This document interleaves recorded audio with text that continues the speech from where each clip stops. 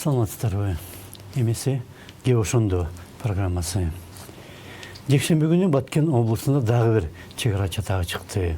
Сох анклавынын жанында кыргыздар менен тажиктер биргелешип кайсы бир көлмөнү тазалап жатканда сөздөн сөз чыгып, ал Чечме булагы кимге таандык экени тууралуу чатакка айланып, кийин жаштар бири-бирин ташбаранга алып, натыйжада 25 адам Айдаркендеги ооруканага жаткырылган.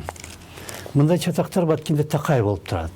Кээде тараптар ок атышууга чейин барат, бирок жаштардын негизги куралы жакынкы чыгыштагыдай эле таш.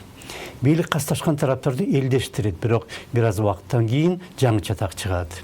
Кечээ күнү Кыргызстандын Кадамжай районунун акими менен Сох анклавынын жетекчиси жолугуп, бардык маселелерди тынчтык жолу менен чечели деп дагы бир жолу макулдашты. Бүгүн болсо Баткенге учуп барган биринчи вице-премьер Кубатбек Боргонов Чечме чек ара өтмөгүндө Өзбекстандын премьер-министри Абдулла Арипов менен жолугуп, түзүлгөн кырдаалдан чыгуу маселелерин талкуулады. Эки тарап чатактын чыгышына себепкер болгон адамдарды таап, аларды жазага тартуу боюнча макулдашты. Бирок чек аранын такталай элек бөлүктөрүн ылдам арада делимитациялоо керек экени тууралуу сөз болбогону тууралуу кабарланган жок. Кыргызстан үчүн негизги маселе Сохтун аймагы да, анда жашаган элдин санынын дагы өсүп баратканы.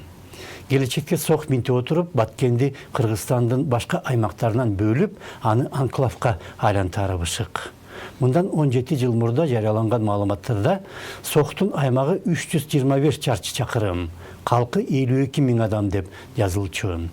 Быйылкы маалымат боюнча анын аймагы 350 чарчы чакырым, калкы болсо 80 000 болуп кеткен. 1990 жылы Сохтун аймагы 220 чарчы чакырым эле, андан бери ал 60%га өскөн. Чек арага жакын жашаган кыргыз жарандары Ошко же Бишкекке же андан да ары Казакстан менен Орусияга кетип калууда. Үйлөрүн алар арзанга сатып же такыр эле кароосуз таштап кетет. Маселен, жергиликтүү коррупция да татаалдаштырат. Анткени жергиликтүү бийлик ал кароосуз калган үйлөрдү кошуна туугандарга сатып жиберген учурлар көп. Бирок ал тууралуу баары эле биле бербейт. Билгенде болсо кеч болуп калат. Мына бул үйдөгү жашаган адамдар мына 5 жыл болду. Ушул жерде жашаганга шарт жок дагы айласыздан Бишкекке чүйдүн бир чекесине көчүп кетишкен азыр. Мына нар жагыбыз азыр Өзбекстан границасы. Жолдун наркы бети. Өзбекстандын чеги. Каяга малыны чыгарыштын эч айласы жок, бир иштеткенге жери жок. Айласыздан көчүп кетти. Ошондуктан чек араны делимитациялоо канчалык кечеңдесе, кошуналар үчүн ошончолук жакшы. Кыргызстан болсо ошончолук көп аймагын жоготот.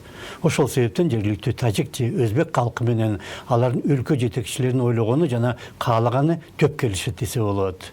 Дал ошол себептен кошуна мамлекеттердин жетекчилери чек ара боюнча сүйлөшүү жүргүзүп, аны ылдамдатууну көп каалабайт. Кыргызстандын жетекчилиги менен чек арада жашаган жергиликтүү калктын каалаганы бири-бирине анчалык деп келишпейт. Кыргыздар ал жерден көчүп кетип жатат. Бийлик болсо аларды жеринде кармап калуу үчүн жетиштүү шарт түзө албайт. Трибунадан же телевизордон канчалык туура сүйлөп, Кыргызстан бир да метр жери эч жакка кетип калган жок десе дагы, бийлик өз милдетин аткара албай жатканы айкын. 2001 жылдын 26 февралында Бишкекке өзбек премьер-министри Уткир Султанов келгенде жашыруун меморандумга кол коюлуп, Сох анклавын Өзбекстандын негизги аймагы менен бириктирүүгө Кыргызстан макул болгон. Кийин аны Баткендик журналисттер иликтеп чыгып, бир айдан кийин ал тууралуу жазганда эл көтөрүлгөндүктөн меморандум жокко чыгарылган. Бийлик коридор үчүн Өзбекстан сунуштаган аймак жакшы эмес экен деп кутулган. Азыр дагы аймактар менен алмашабыз деген сөздөр да чыгып, аракеттер дагы башталды. Бирок Кыргызстан дипломатиясы менен жалпы бийлик сапатын эске алганда, жер алмашуудан Кыргызстан ута албайт десе болот. Кошуна мамлекеттер менен үзүрлүү сүйлөшө ала турган дипломаттар дагы, саясатчылар да азыр жок. Дал ошол себептен кыргыз бийлиги кошуналарды делимитацияны бүтүрүүгө көндүрө албай жатканы эле көп нерседен кабар берет. Кайда барсаң да мабайдын көрү сыяктуу. Ке ошондо саламатта алыңыздар.